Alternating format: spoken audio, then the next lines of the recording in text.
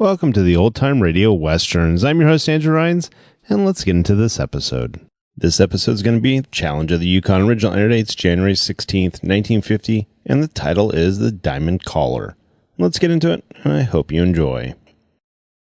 Now, as gunshots echo across the wind-swept, snow-covered reaches of the wild Northwest, Quaker Puffed Wheat and Quaker Puffed Rice, the breakfast cereal shot from guns, present the Challenge of the Yukon. It's Yukon King, swiftest and strongest lead dog of the Northwest, blazing the trail for Sergeant Preston of the Northwest Mounted Police in his relentless pursuit of lawbreakers. On King! On, Husky! Gold discovered in the Yukon. A stampede to the Klondike in the wild race for riches. Back to the days of the gold rush. With Quaker Puffed Wheat and Quaker Puffed Rice, bringing you the adventures of Sergeant Preston and his wonder dog, Yukon King, as they meet the Challenge of the Yukon.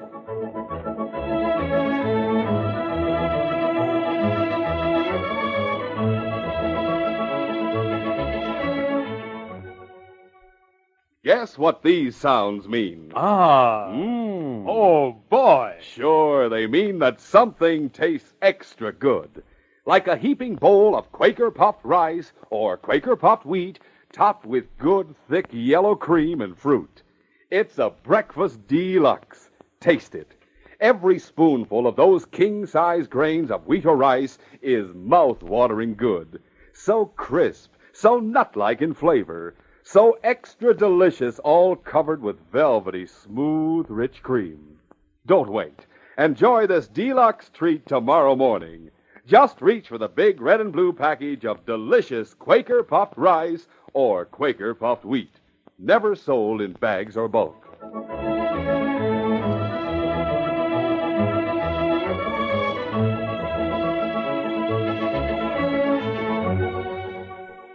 Sergeant Preston was catching up with his paperwork at the Northwest Mounted Headquarters one evening, and King took the occasion to make a tour of the town and say hello to his old friends.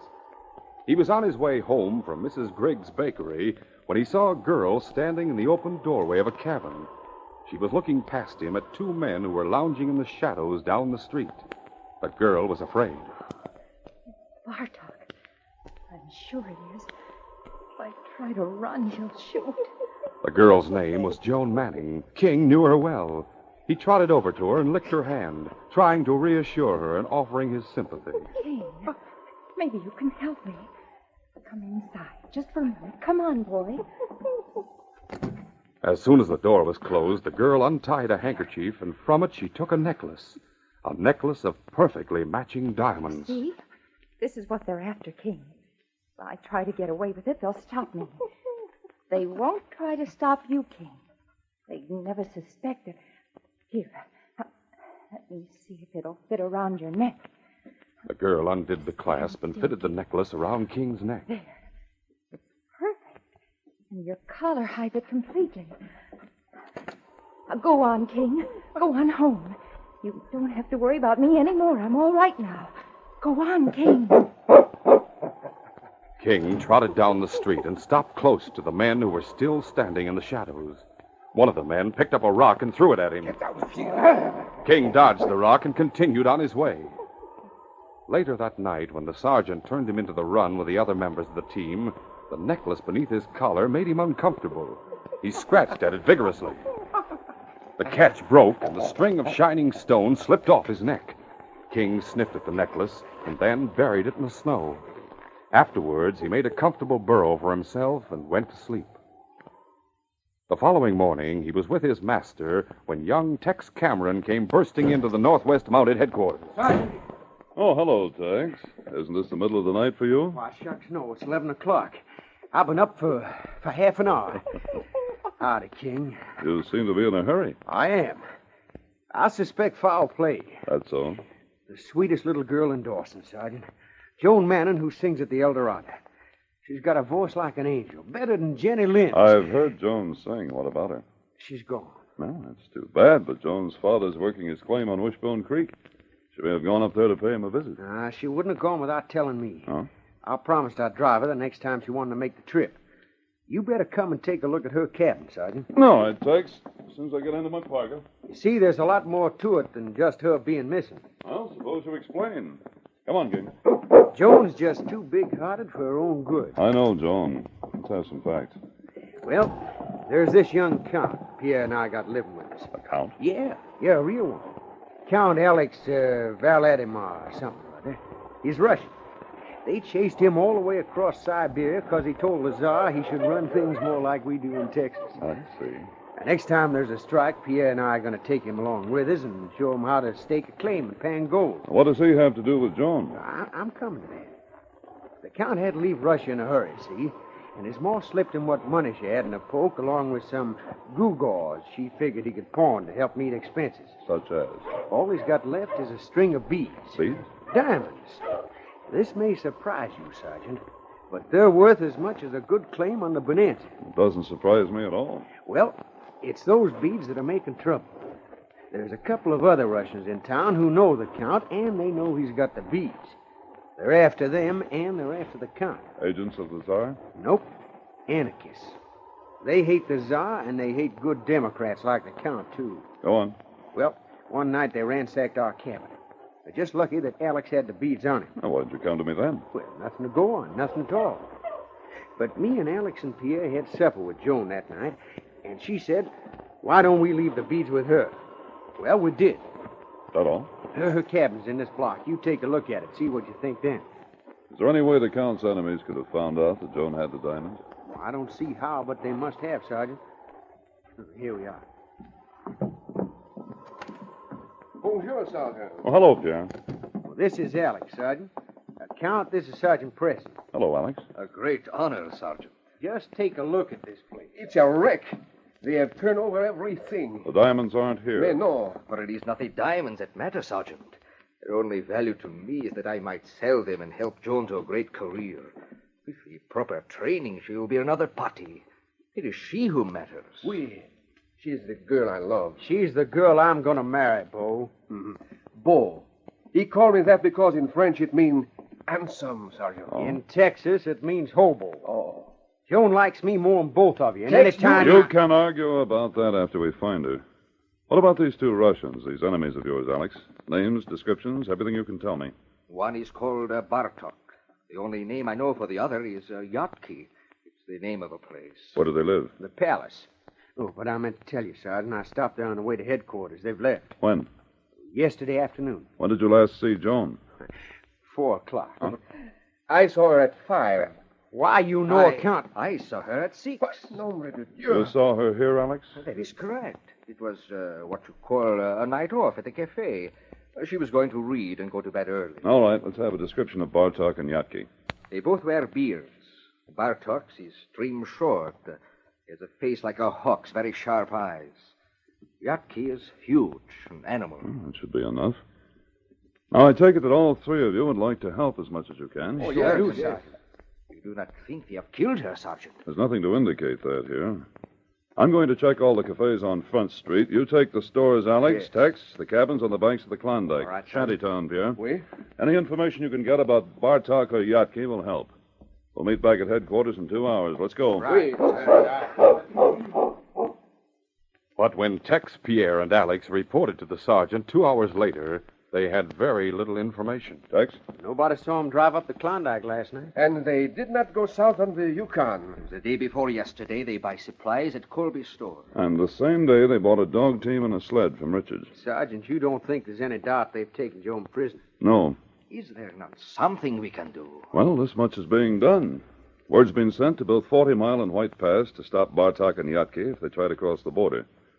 Also, the whole story is being carried on the front page of the Klondike Nugget. That'll be on its way to all the mining camps this afternoon. Every man on the creeks will be on the alert by tomorrow. But I cannot help but be afraid. Joan had the necklace, and Bartok and Yatki must have taken it from her. Afterwards, to keep her from going to the police, why... Sergeant, a human life means nothing to such beasts. I'm afraid that Joan has been killed. At that moment, however, Joan was still alive. She was bound hand and foot, and lying on the floor of a cabin at the top of Windward Pass. Bartok sat on a bench facing her, and the brutal Yatki stood by his side. Are you hungry, John? You know I am. And a little thirsty, perhaps? Yes. There is food and drink on the table. All you have to do is be sensible. You can't make me tell you anything. Oh, what did you do with the necklace? Why do you try to save it for a worthless aristocrat? Oh, he's worth 1,000 of your kind. Oh, you're a fool, deluded by a handsome face. Tell me, what right does he have to those diamonds? They belong to him. But by what right? By what right should they belong to you? I will use them for a great purpose. For murder and destruction. That's your only purpose. A means to an end. The glorious world revolution. A revolution to make you and your kind king. You are a stupid bourgeoisie. There is no point in arguing with you. Yatki, the arm. No, please don't. Yatki. A steady pressure, if you please. I know. You're in pain, perhaps. No. Don't, I'll tell you. Good. Go to release her, Yatki. Now, quickly, what did you do with the necklace? You saw me get rid of it. When? When you were waiting down the street. There was no way you could have. That dog. The big silver gray one that belongs to Sergeant Preston. I put it around his neck. You lie. He passed us. I saw no diamonds. His collar hid them. And he still has them? I don't know. Why not? Hidden by the collar, who would notice them? It is a job for you, Yatki. It takes no great brain to shoot a dog. We'll continue our adventure in just a moment.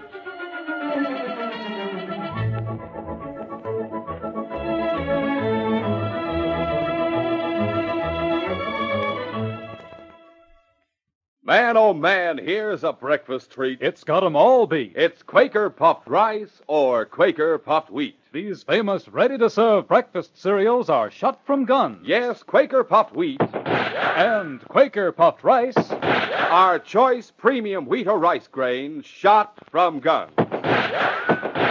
They're giant size, king size, colossal. They're actually exploded up to 8 times normal size. That makes them bigger and better tasting. Yes, that's what makes wheat or rice shot from guns so crisp and tender. They're shot through and through with bang-up nut-like flavor, too. Even more important, Quaker puffed wheat and Quaker puffed rice are nourishing. Yes, both delicious kinds furnish extra food values of restored natural grain amounts of vitamin B1, niacin, and iron. They're quick and easy to fix for breakfast, lunch, supper, or tween meal snack. Just pour 'em out from those big Quaker red and blue packages. Add milk or cream, top with your favorite fruit. And there you have it. A nutritious, economical, deluxe taste treat. Buy both delicious kinds. For variety, eat Quaker puffed wheat one time, Quaker puffed rice the next. Just remember, they're never sold in bags or bulk. To get the original, crisp, fresh wheat or rice shot from guns, always look for the smiling Quaker man on the front of each big red and blue package. He's your guarantee that you're getting the one and only delicious Quaker puffed rice, Quaker puffed wheat.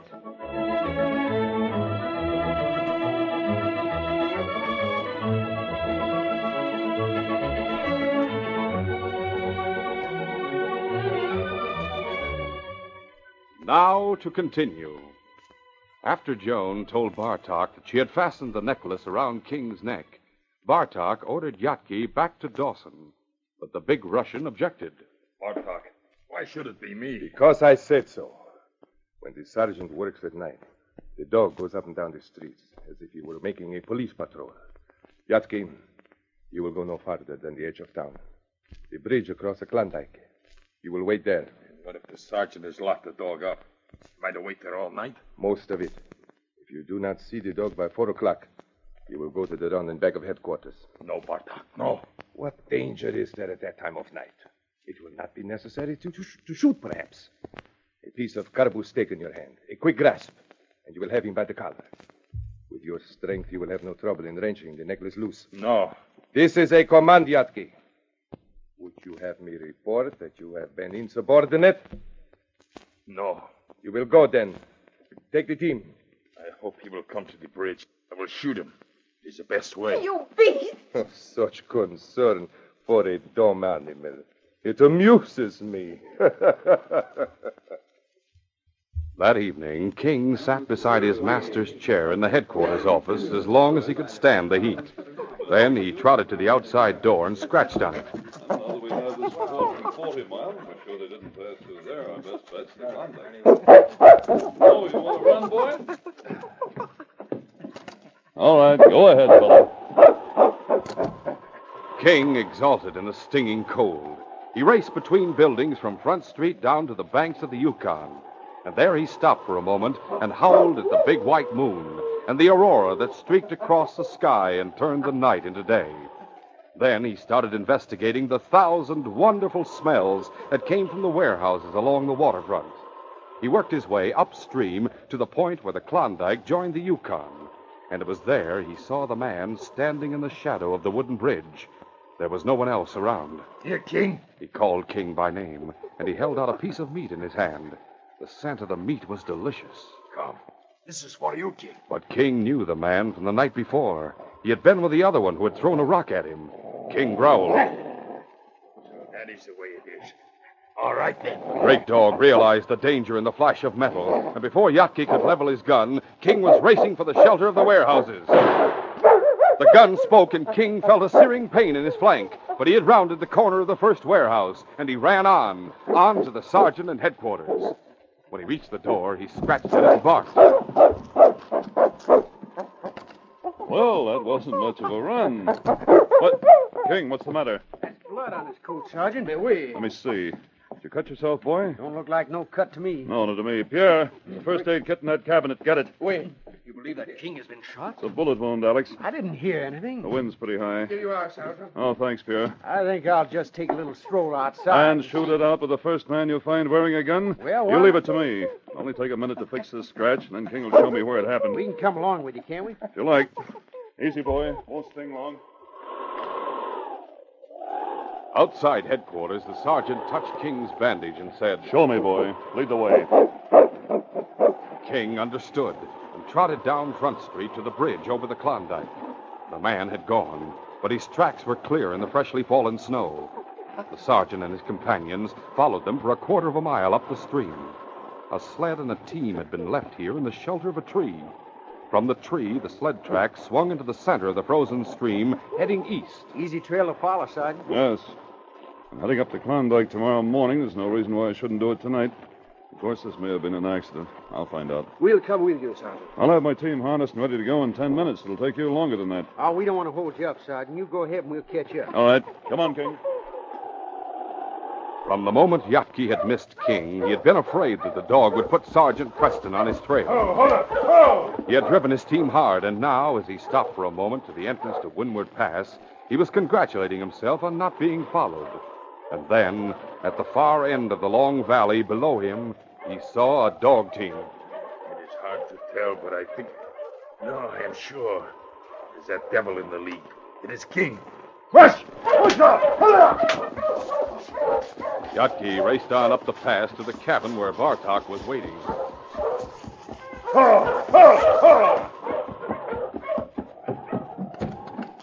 Bartok, You are back sooner than I expected. I shot at the dog, but I missed. You fool! Now the sergeant is coming after me. He's crossing the valley. He will be here in 15 minutes. And the dog? He leads a team. Good. We will be waiting for them. We will shoot it out. Nothing so dangerous. No. Have you noticed the big rock on the slope above the cabin? Yes. We will go up there. We will put a charge of blasting powder underneath it. When the sergeant enters the cabin, we will set it off. There will be an avalanche. The cabin, the girl, and the sergeant will be buried. Murderers! Put a gag in her mouth. You... It will be convenient if the dog escapes. Then we will not have to dig him out. As the sergeant neared the cabin, he studied it closely. That's the team we've been following, King. There was a light inside the cabin, but otherwise no sign of life. Looking. Now we'll find out who took a shot at you, King. As the sergeant unharnessed King, the great dog looked up the slope behind the cabin. He knew the man they were following was up there, and he tried to tell his master. But at that moment, the sergeant heard some muffled cries from inside the cabin. That sounds like a girl. Come on, King. Just as the sergeant entered the cabin, an explosion rocked the ground. A second later, an avalanche was roaring down the slope behind the cabin. Instinctively, the sergeant ran to the girl, picked her up, and started back for the door. King leaped ahead of him, barking furiously and driving both dog teams away from the front of the cabin. The sergeant was out of the house when the avalanche hit. But a young fir tree, uprooted by the avalanche and now tossed like a matchstick, hit the sergeant and knocked him to the ground. Joan was thrown clear into a snowbank. The sergeant was pinned beneath the upper branches of the tree. Instantly, King was at his side, tugging at the branches. The sergeant lifted the tree, and with his help, King pulled it aside. Then the sergeant tried to rise. A searing pain shot through his leg. He sank back to the ground. Joan, roll over here. I'll get that gag out of your mouth and cut your ropes. Sergeant, I'll try. There. Oh, thanks. Sergeant, it was Bartok and Yatki who did it. Oh? They blasted a rock up on the slope and started the slide. Bartok and Yatki, eh? Must have been one of them who shot at King back in town. Yatki. They're after Alex diamonds. I put them around King's neck last What? night and... I'll show you. King, come here. Bartok and Yatki were outside my cabin. I wanted to get rid of the necklace, so... But it's gone. You didn't. No, this is all news to me. The clasp must have broken. Must have fallen off somewhere. But Bartok and Yatki don't know that. Oh, they'll be coming after us in the diamonds. Huh? I see them now. Way up there, coming down the slope. Wonder if they see us. Well, that would be hard. We're covered with snow. They probably think we're underneath the avalanche. Crawl over behind those rocks. Oh, what about you? Your leg? Well, I guess it's broken, but I can make it if I take it easy. Go on. All right. A moment later, the sergeant, King, and Joan were huddled down behind the rocks. Through a small break, they watched Bartok and Yatki descending the slope. 5 minutes. 10 minutes. And then they could hear Bartok's voice. Got away. Good. Left the other over by the woods, but not the gray leaf. No. I thought I saw him by that first tree. Maybe he's underneath it. Sergeant, if they see us... Quiet. Bartok and Yatki circled the huge pile of snow and dirt and rocks. As they stepped into the clear, the sergeant shouted, Put up your hands! Sergeant, back in those rocks. Shoot! As Bartok commanded Yatki to shoot, he stepped behind the huge Russian and headed for cover. Yatki backed up in the same direction. The sergeant put a bullet through Yatki's leg, and he dropped to the ground. Bartok had disappeared behind a pile of rocks and snow. Yatki crawled toward him. Stop him, Sergeant. Shoot him in the back. He'd do it to you. We have an ace in the hole, Joan. What? You'll see. What if Bartok manages to get farther up the slope, find cover there? These rocks won't give us any protection, and you can't move. I'll have to make sure that Bartok doesn't move. Keep down.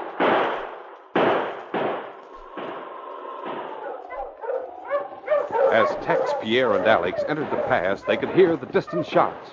And half a mile farther on, Tex was able to size up the situation. Ho there, boys.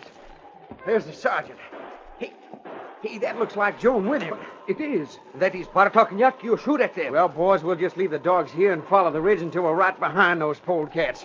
Come on, let's go. Hurry. The sergeant was gritting his teeth against the pain in his leg. Joan, Yes. if I should happen to black out, keep on shooting. I thought I heard dogs down the trail a while ago. Maybe I only imagined it, but even so, help will be coming sooner or later. Really? Oh, yes, for 3 suitors. Keep shooting until I get here. Listen. Oh, those shots came from farther up the slope. Could Bartok... No, not Bartok. That was a rebel yell if I ever heard one. It's Tex and Pierre and Alex. And that was the end of the gunfight in the pass. When they realized they were exposed to gunfire from above them, Bartok and Yatki yelled for mercy. That same afternoon, they were in jail. The sergeant, his leg in a splint and propped up on a chair, was playing host to Joan, Tex, Pierre, and Alex. Well, it turned out all right, Sergeant. But I figure you need somebody to protect you from now on, Joan. So I'm asking you to marry me. Thank you, Tex. But no. But of course, it is Pierre you will marry, no? That's right. It is Pierre I will marry. No. Oh. Is that That's the last proposal I'm going to hear. Joan, I have no right to ask you. Diamonds are gone. They were all I had. Couldn't I take their place? You would... You mean... Yes. I have witnesses now. You can't back out of it. As if I wanted to. Congratulations, Alex. My best wishes, Joan. Thank you. But Sergeant. I'm wondering if the diamonds are really gone. We haven't asked King about it yet. Oh, the chain must have broken. Well, we'll see. Come here, King. Collar, King. The sergeant made a circle around the dog's neck with his hand. Collar for Joan. He pointed to the girl. Fetch, boy. King looked up into his master's face. The sergeant repeated the process. Collar for Joan. Fetch. King turned and ran to the door. Open it for him, Tex. Right, Sergeant. Go on, follow him. See where he goes. All right. Leave the door open, Pierre. Oui, Sergeant. The run was close to the cabin, and King stopped as soon as he reached the gate. He asked Tex to open it for him. Could it be in there? You said collar. Oh, maybe there's an old collar inside the run. He's digging for something. What? He has it, whatever it is. There, boy. Go on, King. Take it inside. Here he comes. It's almost unbelievable. Why, it's true. It is the necklace. I can see it sparkle. Give it to Joan, King. Oh, thank you, King. Well, how's that for a wedding present? Oh, it's wonderful. Good work, King. Bartok and Yatki are in jail. Now the diamond's safe. This case is closed.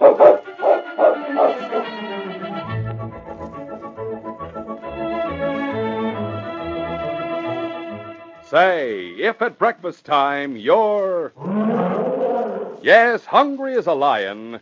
Well, sir, just you dive into a heaping bowlful of delicious Quaker puffed rice or Quaker puffed wheat. Man, oh man, there's a treat that'll tame that hungry as a lion appetite. Make it purr like a kitten. Yes, these ready-to-serve giant grains are shot from guns, are nourishing, crisp, tender, loaded with nut-like flavor. So tomorrow, enjoy this breakfast treat. Quaker puffed rice or Quaker puffed wheat. Remember, wheat or rice shot from guns is never sold in bags or bulk. Always look for the big Quaker red and blue package with the smiling Quaker man on the front. That's your guarantee of the original, crisp, fresh Quaker puffed wheat and Quaker puffed rice. Delicious. Listen Wednesday when Sergeant Preston and Yukon King meet the challenge of the Yukon in the case of the Long Trail. Yes, it was a long trail that King and I followed when we started after the men who had murdered Bill Taunton. And we reached the end of it during a howling blizzard. The night was pitch black, and somewhere in the darkness, we knew that half a dozen outlaw guns were trained in our direction. Be sure to hear this exciting adventure Wednesday. These radio dramas, a feature of the Challenge of the Yukon Incorporated, are created by George W. Trendle, produced by Trendle Campbell Enterprises, directed by Fred Flowerday, and supervised by Charles D. Livingston. The part of Sergeant Preston is played by Paul Sutton. They are brought to you every Monday, Wednesday, and Friday at the same time by Quaker Puffed Wheat and Quaker Puffed Rice, the breakfast cereals shot from guns.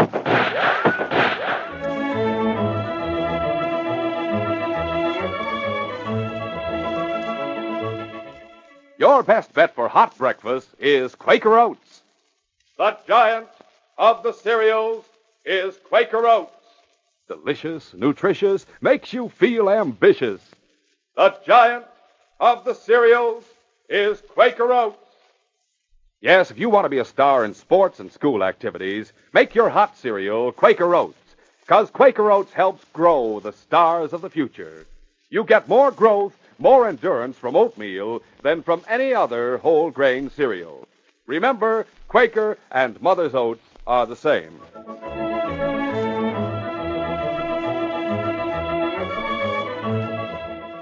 This is J. Michael wishing you goodbye, good luck, and good health from Quaker Puffed Wheat and Quaker Puffed Rice.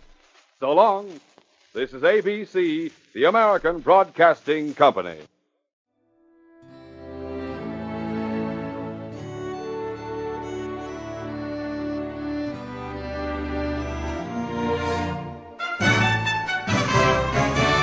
This has been a presentation of OTRWesterns.com, and we hope you enjoyed. Please take some time to like and rate our shows in your favorite podcast application. Follow us on Facebook by going to OTRWesterns.com/Facebook. Join in the conversation by going to OTRWesterns.com/Discord. And don't forget to send us an email, podcast@OTRWesterns.com. This episode is copyright under the Attribution Non-Commercial Share Alike copyright. For more information, go to OTRWesterns.com/copyright. Have a great day, and again, thanks for listening.